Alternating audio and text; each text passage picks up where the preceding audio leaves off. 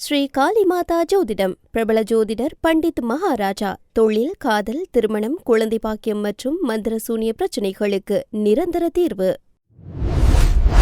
This is Kural Media, your trusted source for global news. இது குரல் media செய்திகள்.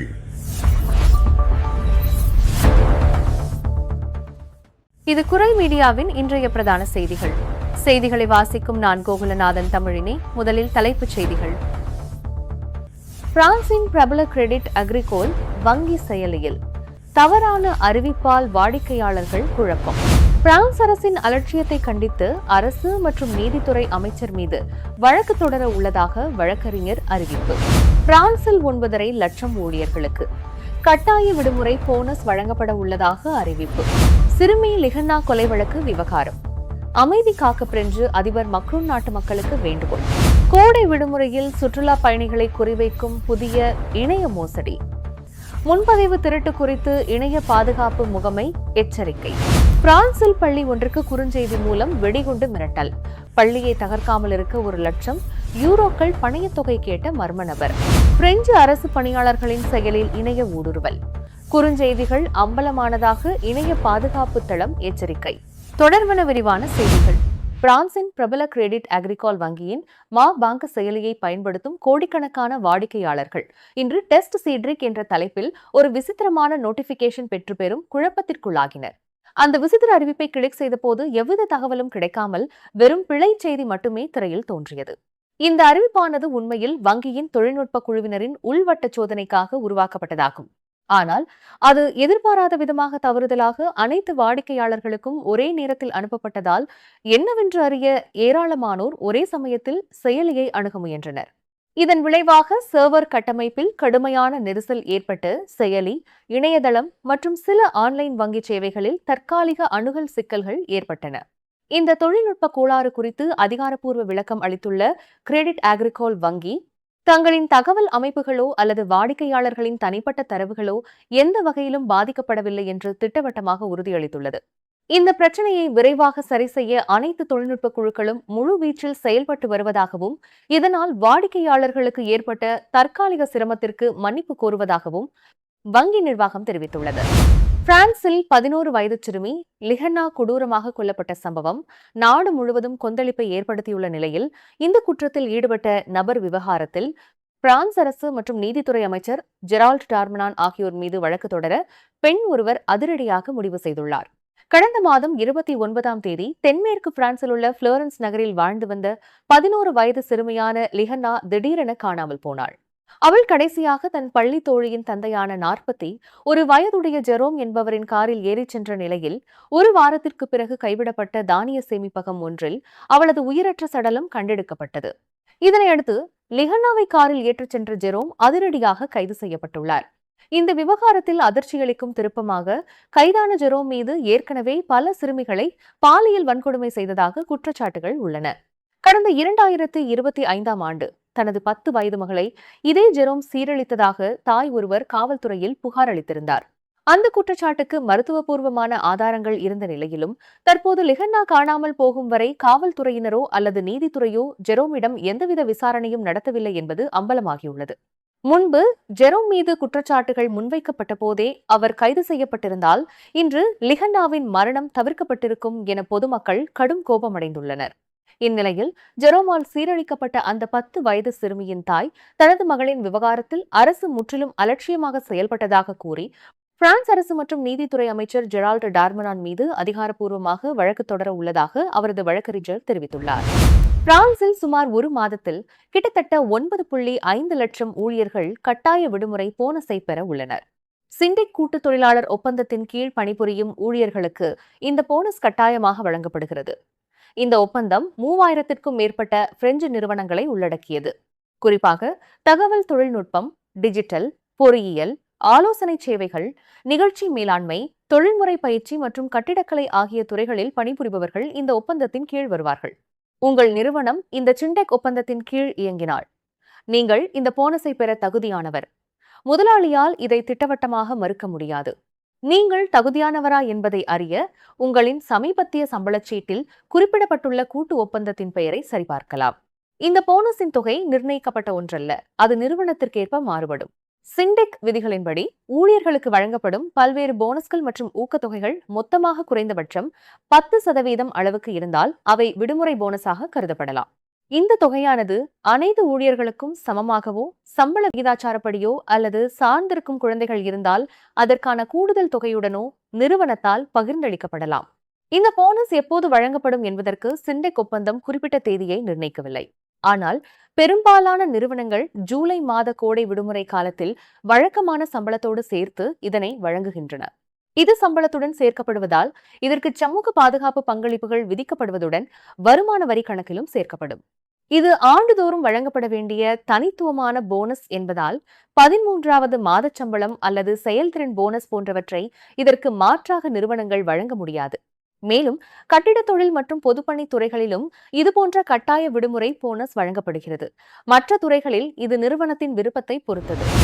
இன்று புதன்கிழமை ஜூன் 10 நடைபெற்ற அமைச்சரவை கூட்டத்திற்கு பிறகு பிரான்ஸ் அதிபர் இம்மானுவேல் மக்ரோன் 11 வயது சிறுமி லிஹன்னா கொலை வழக்கை சுற்றியுள்ள பதற்றம் குறித்து மீண்டும் கருத்து தெரிவித்துள்ளார்.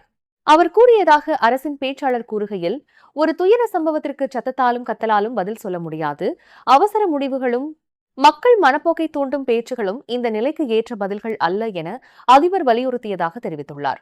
மேலும் சிறுமி லிஹன்னா வழக்கில் தெளிவான செயலிழப்புகள் இருந்தன என்றும் இது நாட்டின் அமைப்புகள் மற்றும் நிறுவனங்கள் மீதான மக்கள் நம்பிக்கையை கேள்விக்குறியாக்குகிறது என்றும் அதிபர் சுட்டிக்காட்டியுள்ளார். இதற்கிடையே நாடு முழுவதும் ஏற்பட்டுள்ள உணர்ச்சி மற்றும் துயரத்தை பகிர்ந்து கொண்ட இம்மானுவேல் மக்ரோன் பாதிக்கப்பட்ட சிறுமியின் குடும்பத்திற்கு தனது அன்பையும் ஆதரவையும் தெரிவித்தார். இதுபோன்ற கடினமான நேரங்களில் மரியாதை, ஆதரவு மற்றும் நாகரீகம் மேலோங்க வேண்டும் எனவும் அவர் நாட்டு மக்களிடம் கேட்டுக் கொண்டுள்ளார். இதனிடையே லிஹன்னா கொலை வழக்கில் முக்கிய சந்தேக நபரான ஜெரோம் தற்போது தென் பிரான்சில் உள்ள சிறையில் அடைக்கப்பட்டுள்ளார்.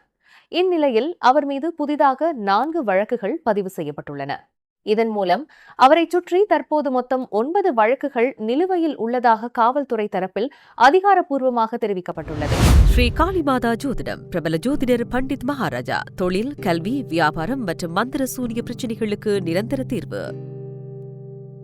கோடைக்கால விடுமுறை நெருங்கி வரும் இந்த வேளையில் சுற்றுலா பயணிகளை குறிவைத்து இணைய மோசடிகள் புதிய வடிவங்களில் உருவெடுத்துள்ளன. முன்பெல்லாம் போலியான விடுதிகள் அல்லது போலி பயண முகமைகளை நம்பி மக்கள் ஏமாந்தது போய் தற்போது முன்பதிவு திருட்டு என்ற புதியதொரு மோசடி வலை விரிக்கப்பட்டுள்ளதாக இணைய பாதுகாப்பு முகமை எச்சரித்துள்ளது.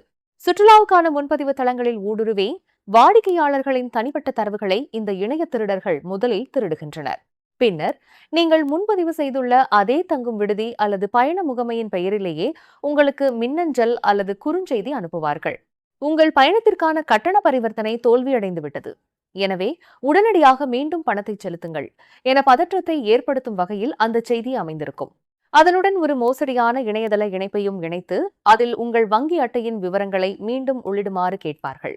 இதை உண்மை என நம்பி பதற்றத்தில் விவரங்களை பதிவிடும் பயணிகளின் பணம் நொடியில் சுருட்டப்படுகிறது.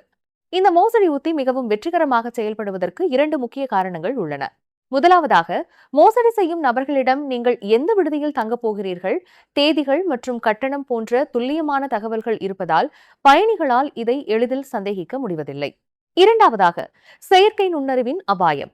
முன்பு போல் மோசடி செய்திகளில் இலக்கண பிழைகள் இல்லாமல் உண்மையான விடுதி நிர்வாகமே அனுப்புவதைப் போன்று மிக நேர்த்தியான முறையில் இவர்கள் செய்திகளை வடிவமைக்கின்றனர்.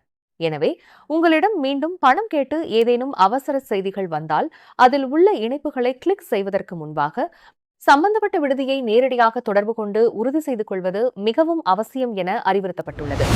பிரான்சின் நைஸ் நகரில் உள்ள பிராங்கோ ரஷ்யன் பள்ளி ஒன்றுக்கு நேற்று செவ்வாய்க்கிழமை ஜூன் 9 குறுஞ்செய்தி மூலம் வெடிகுண்டு தாக்குதல் அச்சுறுத்தல் விடுக்கப்பட்டுள்ளது.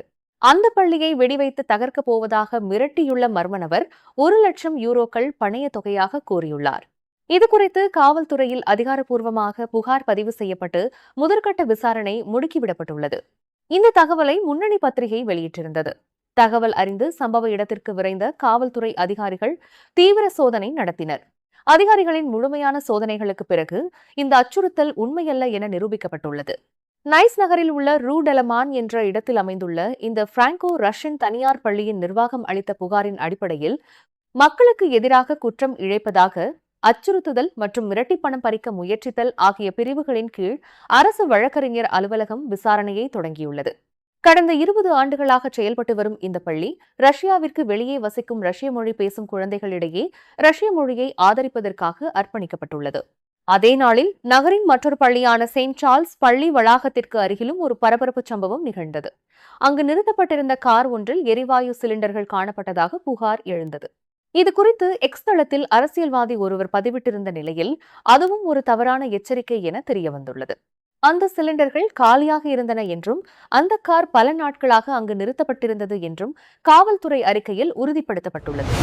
பிரான்ஸ் நாட்டு அரசு பணியாளர்கள் தங்களுக்குள் பாதுகாப்பாக தகவல்களை பரிமாறிக்கொள்ள பயன்படுத்தும் அதிகாரப்பூர்வ செயலியான சாப் இணைய ஊடுருவலுக்கு உள்ளாகியுள்ளது. இதன் மூலம் அரசு தரவுகள் சில கசிந்துள்ளதாக பிரெஞ்சு அரசு அதிகாரப்பூர்வமாக அறிவித்துள்ளது.